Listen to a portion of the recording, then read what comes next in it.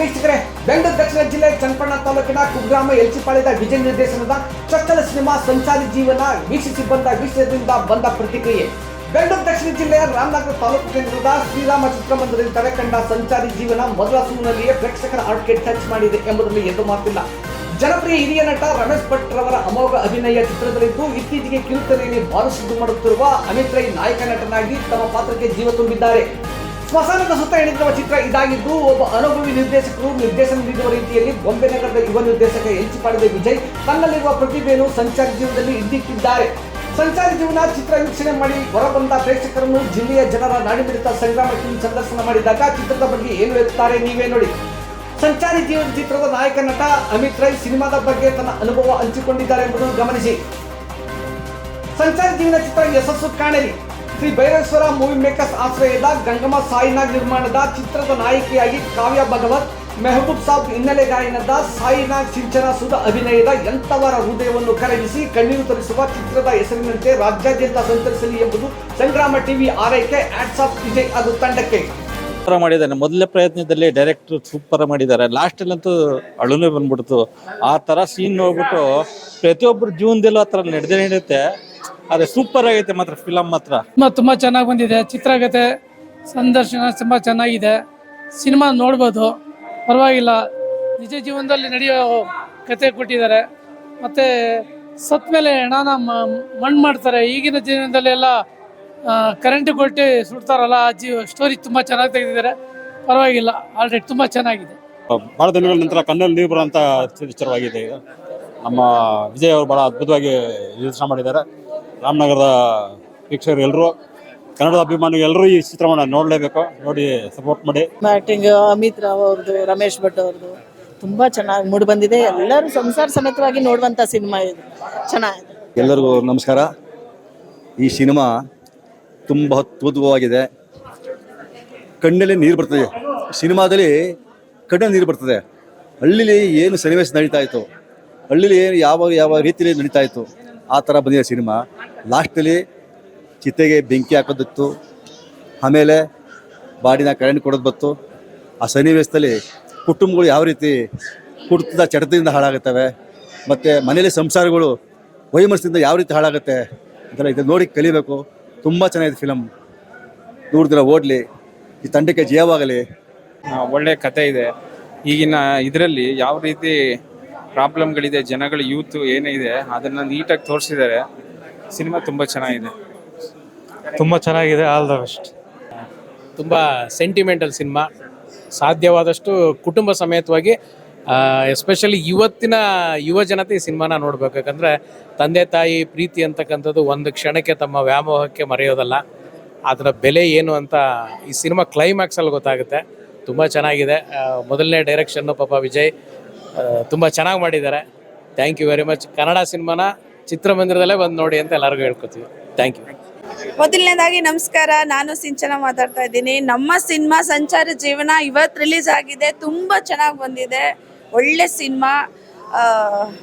Climax ಅಂತೂ highlight ಆಗಿ ಸಖತ್ತಾಗಿ ಬಂದಿದೆ. ದಯವಿಟ್ಟು ಎಲ್ಲರೂ ಬಂದು ಸಿನಿಮಾನ ಥಿಯೇಟ್ರಲ್ಲಿ ನೋಡಿ. ತುಂಬ ಚೆನ್ನಾಗಿದೆ. ತುಂಬ ಸಪೋರ್ಟ್ ಮಾಡಿ. Thank you. Hello, hi, hello, ನಮಸ್ಕಾರ. ನಾನು ನಿಮ್ಮ ಸಿಂಹರೂಪಿಣಿ ನಾಯಕ ನಟ ಸಾಗರ್ ಗೌಡ ಹಾಸನ್ ಅಂತೇಳಿ.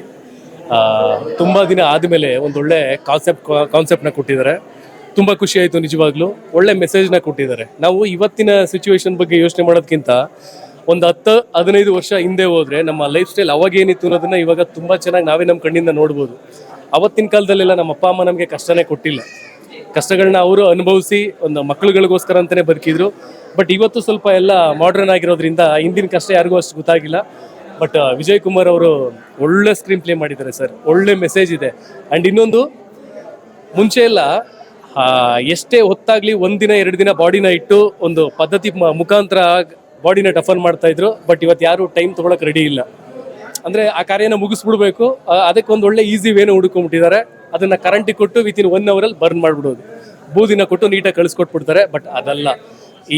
ಈ ಕಾನ್ಸೆಪ್ಟ್ ತುಂಬ ಚೆನ್ನಾಗಿದೆ ಸರ್. ನಿಜವಲ್ಲೂ ತುಂಬ ಇಷ್ಟ ಆಯಿತು. ಆ್ಯಂಡ್ ಈ ಒಂದು ಸಾಂಗ್ ಇದೆಯಲ್ಲ, ತುಂಬ ಮನ್ಸಿಗೆ ಟಚ್ ಆಯ್ತು ಸರ್.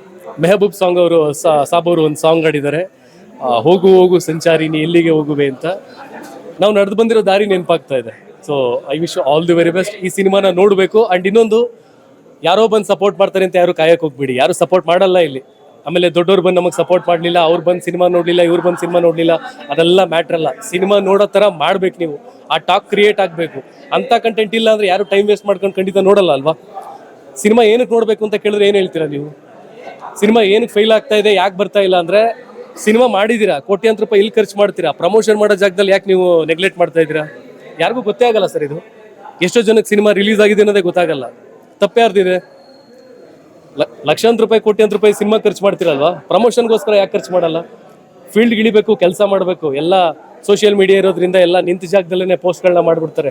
ಅದಲ್ಲ ಸರ್, ಕಷ್ಟಪಡಬೇಕು, ಜನಗಳಿಗೆ ರೀಚ್ ಆಗಬೇಕು ಅಂದರೆ ಫೀಲ್ಡ್ಗೆ ಇಳಿಲೇಬೇಕು. ಇಡೀ ಎಂಟೈರ್ ಟೀಮ್ ಸಮೇತ ಕೆಲಸಗಳನ್ನ ಮಾಡಬೇಕು. ಅವಾಗ ಮಾತ್ರ 4 ಜನಕ್ಕೆ ಇದು ಹೋಗುತ್ತೆ. ಸ್ಟಾರ್ಗಳು ಕೂಡ ಬಂದು ಸಿನಿಮಾ ನೋಡಬೇಕು ಅಂದರೆ ಆ ರೀತಿ ಕಂಟೆಂಟ್ ಇರಬೇಕು. ಈಗ ಒಬ್ಬ ಮನುಷ್ಯ ಬಂದು ಒಂದು 150-200 ರೂಪಾಯಿ ಕೊಟ್ಟು ಒಂದು ಟಿಕೆಟ್ ತೊಗೊಂಡು ನೋಡ್ತಾನೆ ಅಂದರೆ ಅದಕ್ಕೆ ವರ್ತಿರ್ಬೇಕಲ್ವಾ? ಸುಮ್ಮನೆ ಯಾರಾದರೂ ಬಂದು ನೋಡೋಕೆ ಸಾಧ್ಯನಾ? ದುಡ್ಡಿಗಿಂತ ಹೆಚ್ಚಾಗಿ ಟೈಮ್. ಇವತ್ತು ಆ 2 ಅವರ್ ಏನು ಟೈಮ್ ಕೊಡ್ತಾರೆ, ಆ ಟೈಮ್ ವರ್ತಿರಬೇಕು. ಇಲ್ಲಾಂದರೆ ಖಂಡಿತವಾಗ್ಲೂ ಯಾರೂ ರಿಸಿಪ್ಟ್ ತೊಗೊಳ್ಳಲ್ಲ. ಸೊ ಒಂದು ಒಳ್ಳೆ ಅಟೆಂಪ್ಟ್ನ ಮಾಡಿದ್ದಾರೆ ಸಂಚಾರಿ ಜೀವನ. ಸೊ ಪ್ಲೀಸ್ ಬಂದು ಒಂದ್ಸಲ ನೋಡಿ, ನಿಮ್ಮವ್ರನ್ನ ಕರ್ಕೊಂಬನ್ನಿ. Thank you so much. ಎಲ್ರಿಗೂ ನಮಸ್ತೆ. ನಾನು ನಿಮ್ಮ ಕುಣಿಗಲ್ ಯೋಗಿ. ವಿಶೇಷ ಏನಪ್ಪ ಅಂದರೆ, ಇವತ್ತು ನಮ್ಮ ಸಿನಿಮಾ ಸಂಚಾರಿ ಜೀವನ ಇದೇ ರಾಮನಗರ ಶ್ರೀರಾಮ್ ಚಿತ್ರಮಂದಿರದಲ್ಲಿ ತೆರೆ ಕಂಡಿದೆ. ಮತ್ತು ಸಿನಿಮಾ ಬಗ್ಗೆ ನಾವೇನು ಹೇಳ್ಬೇಕಂದ್ರೆ, ಬಂದು ಒಳ್ಳೆ ಒಂದು ತಂದೆ ಮಗನ ಬಾಂಧವ್ಯ. ಮತ್ತು ಈ ಜನ್ರೇಷನಲ್ಲಿ ಸತ್ರ ಈಗ ಎಲ್ಲಿ ಬೇಕಂದ್ರೆ, ಈಗ ಒಂದು ಊರಲ್ಲಿ ಎಲ್ಲೋ ದೂರದಲ್ಲಿ ಸತ್ತಿರ್ತಾರೆ, ಅವ್ರನ್ನೆಲ್ಲೋ ತಗೊಂಡೋಗಿ ಕರೆಂಟ್ ಕೊಟ್ಬಿಡ್ತಾರೆ, ಅಥವಾ ಅಲ್ಲೇ ಎಲ್ಲೋ ಏನೋ ಒಂದು ಮಾಡ್ತಾರೆ. ಇವತ್ತಿನ ನಮ್ಮೂರ ಕಡೆ ನಡೀತಾ ಇರೋ ಒಂದು ಪದ್ಧತಿ ಇವತ್ತು ನಡೀತಾ ಇಲ್ಲ. ಎಲ್ಲ ಅಂದರೆ ಅದು ಮರ್ತೋಗಿದ್ದಾರೆ ಜನ. ಅದನ್ನು ನಮ್ಮ ಸಿನಿಮಾದಲ್ಲಿ ನಾವು ತೋರಿಸಿದ್ದೀವಿ. ದಯವಿಟ್ಟು ಕನ್ನಡಿಗರಲ್ಲಿ ಮತ್ತು ಪ್ರೇಕ್ಷಕರಲ್ಲಿ ಕೇಳೋದೇನೆಂದರೆ, ಬಂದು ಸಿನಿಮಾನ ಥಿಯೇಟ್ರಲ್ಲಿ ನೋಡಿ, ನಮ್ಮಂಥ ಹೊಸ ಪ್ರತಿಭೆಗಳನ್ನ ಬೆಳೆಸಿ ಅಷ್ಟೇ. Thank you so much. ಎಲ್ಲ ವೀಕ್ಷಕರಿಗೂ ನಮಸ್ಕಾರ.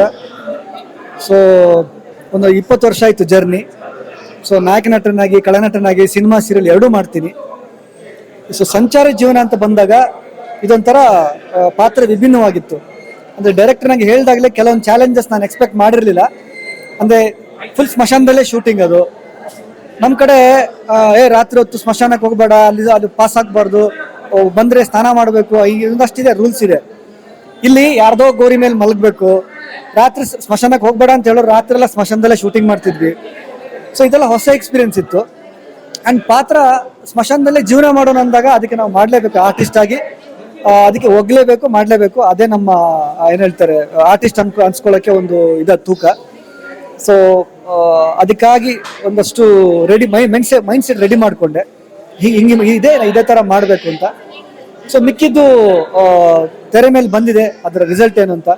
ಇದೊಂದು ಟಿಪಿಕಲ್ ಅವಾರ್ಡ್ ಕಂಟೆಂಟ್ ಸಿನಿಮಾ ಇದು. ಅಂದರೆ ಫ್ಯಾಮಿಲಿ ಸಮೇತ ಕೂತು ನೋಡುವಂಥ ಒಂದು ಅವಾರ್ಡ್ ಕಂಟೆಂಟ್ ಸಿನಿಮಾ. ತುಂಬ ಕಮರ್ಷಿಯಲೈಸ್ಡ್ ಆಗಿ ಒಂದು ಐಟಮ್ ನಂಬರ್, ಲಾಂಗ್, ಮಚ್ಚು, ಫೈಟ್ ಆ ಥರದ್ದು ಇಲ್ಲ. ಬಟ್ ಒಂದು ಫ್ಯಾಮಿಲಿ ಓರಿಯೆಂಟೆಡ್, ಸಮಾಜ ಕಳಕಳಿ ಇರುವಂಥ ಒಂದು ಮೆಸೇಜ್ ಓರಿಯೆಂಟೆಡ್ ಸಿನಿಮಾ ಇದು. ಸೊ ದಯವಿಟ್ಟು ಎಲ್ಲ ಕನ್ನಡ ಪ್ರೇಕ್ಷಕರು, ಎಸ್ಪೆಷಲಿ ರಾಮನಗರದಲ್ಲಿ ಶ್ರೀರಾಮ್ ಥಿಯೇಟ್ರಲ್ಲಿ ರಿಲೀಸ್ ಆಗಿದೆ, ಬಂದು ನೋಡಿ.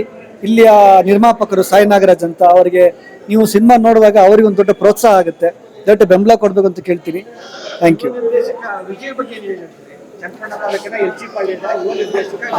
ಹೌದು, ವಿಜಯ್ ಬಗ್ಗೆ ಹೇಳ್ಬೇಕಂದ್ರೆ, ಇದೇ ಪ್ರೊಡ್ಯೂಸರ್ ಅಂದರೆ ಅವರು ಅಯ್ಯನಗುಡಿಯಿಂದ ಒಂದು ಸಿನಿಮಾ ಮಾಡಿದ್ದಾರೆ. ಆ ಸಿನಿಮಾದಲ್ಲಿ ನಾನು ಮೇನ್ ವಿಲನ್ ಆಗಿ ಮಾಡಿದ್ದೀನಿ. ಅದರಲ್ಲಿ ಗೆಟಪ್ ಇರ್ಬೋದು, ಆ ಪಾತ್ರ ಇರ್ಬೋದು, ಟೋಟಲಿ ಇದಕ್ಕಿಂತ ಕಾಂಟ್ರಾಸ್ಟ್ ಆಗಿದೆ. ಸೊ ಆ ಸಿನಿಮಾದಲ್ಲಿ ವಿಜಯ್ ಅವರು ಕೋ ಡೈರೆಕ್ಟರ್ ಆಗಿದ್ರು. ಸೊ ಇಲ್ಲಿ ಸಾಯಿ ನಾಗರಾಜ್ ಅವರು ಡೈರೆಕ್ಟರ್ ಆಗಿದ್ರು. ಇಲ್ಲಿ ಸಾಯಿ ನಾಗರಾಜ್ ಅವರು ಪ್ರೊಡ್ಯೂಸರ್ ಆಗಿದ್ದಾರೆ. ವಿಜಯ್ ಅನ್ನೋರಿಗೆ ಕೋ ಡೈರೆಕ್ಟರ್ ಆಗಿದ್ದವರಿಗೆ ಅವಕಾಶ ಕೊಟ್ಟಿದ್ದಾರೆ ಡೈರೆಕ್ಟರ್ ಆಗೋಕ್ಕೆ. ಸೊ ಆ ಒಂದು ಅವರ ಜವಾಬ್ದಾರಿನ ಚೆನ್ನಾಗಿ ನಿಭಾಯಿಸಿದ್ದಾರೆ ಅಂತ ಹೇಳ್ಬೋದು. ಡೈರೆಕ್ಟರ್ ಆಗಿ, ನಿರ್ದೇಶಕರಾಗಿ ಚೆನ್ನಾಗಿ ನಿಭಾಯಿಸಿದ್ದಾರೆ. ಹಾಡು ತುಂಬ ಕ್ರಿಯೇಟ್ ಚೆನ್ನಾಗಿ ಮಾಡಿದ್ದಾರೆ. ಅರುಣ್ ಶೆಟ್ಟಿ ಅವರು ಚೆನ್ನಾಗಿ ಬರೆದಿದ್ದಾರೆ. ಮೆಹಬೂಬ್ ಸಾಬ್ ಅವರು ಚೆನ್ನಾಗಿ ಹಾಡಿದ್ದಾರೆ. ಈಗಾಗಲೇ ಅದು ಯೂಟ್ಯೂಬ್ ಇದಲ್ಲಿ ಚೆನ್ನಾಗಿ ವೈರಲ್ ಆಗಿದೆ ಹಾಡು, ತುಂಬ ಅರ್ಥಗರ್ಭಿತ ಹಾಡು ಅಂತ. ಸೊ ವಿಜಯ್ ಅವರು ಅವರ ರೆಸ್ಪಾನ್ಸಿಬಿಲಿಟಿನ ಚೆನ್ನಾಗಿ ನಿಭಾಯಿಸಿದ್ದಾರೆ. ಅದೇ ಇವಾಗ ಇದು ಫ್ಯಾಮಿಲಿ ಕೂತು ಕಂಟೆಂಟ್ ಓರಿಯೆಂಟೆಡ್ ಅಂತ ನೋಡೋರು ನೋಡ್ಬೋದು. ಖಂಡಿತ ಈ ಸಿನಿಮಾ ಒಂದು ಆ ಥರ ಮೆಸೇಜ್ ಕೊಡುವಂಥ ಸಿನಿಮಾ. ಅದೇ ಕಮರ್ಷಿಯಲೈಸ್ಡ್ ಆಗಿ ಹೇಳಿದ್ನಲ್ಲ, ಲಾಂಗ್, ಮಚ್ಚು, ಐಟಮ್ ನಂಬರ್, ಡ್ಯಾನ್ಸ್ ಅಂತ ಅಂದಾಗ ಅದು ಈ ಸಿನಿಮಾದಲ್ಲಿ ಇಲ್ಲ.